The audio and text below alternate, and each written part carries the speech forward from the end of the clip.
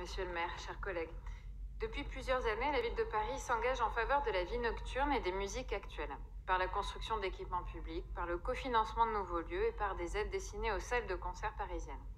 Nous agissons ainsi pour une véritable diversité musicale et une vie festive, garante de la multiplicité des lieux, des genres et des publics.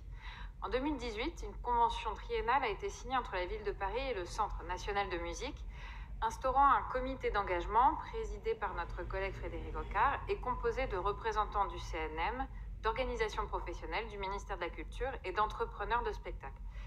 Ce dispositif a permis à la ville de Paris de soutenir les exploitants de salles de musique de moins de 1500 places pour les aider à la réalisation de travaux, à la diffusion des artistes de musique actuels, à la mise en œuvre d'actions culturelles en faveur de publics de proximité et à l'accompagnement et l'aide à la création des artistes de musique actuels.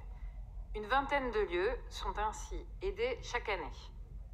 En 2021, ce dispositif a bénéficié à plusieurs établissements parisiens, comme le Divan du Monde dans le 18e, l'Espace Rachid dans le 5e, l'Alimentation Générale dans le 11e, ou encore la Maroquinerie dans le 20e. La crise sanitaire liée au Covid a fortement impacté le secteur de la culture, et en particulier celui du spectacle vivant musical.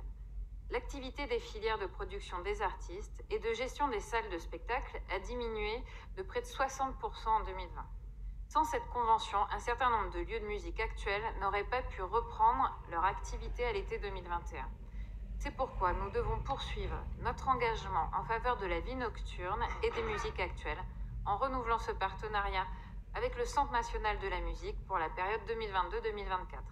Ce renouvellement de convention est l'occasion d'inclure de nouveaux acteurs, comme les exploitants de clubs parisiens, très impactés par les conséquences des mesures prises pour la gestion de la crise sanitaire depuis 2020. Et un certain nombre ont déjà malheureusement fermé.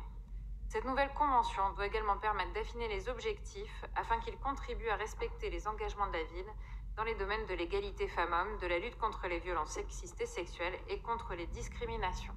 Merci beaucoup. Merci beaucoup, Mélodie.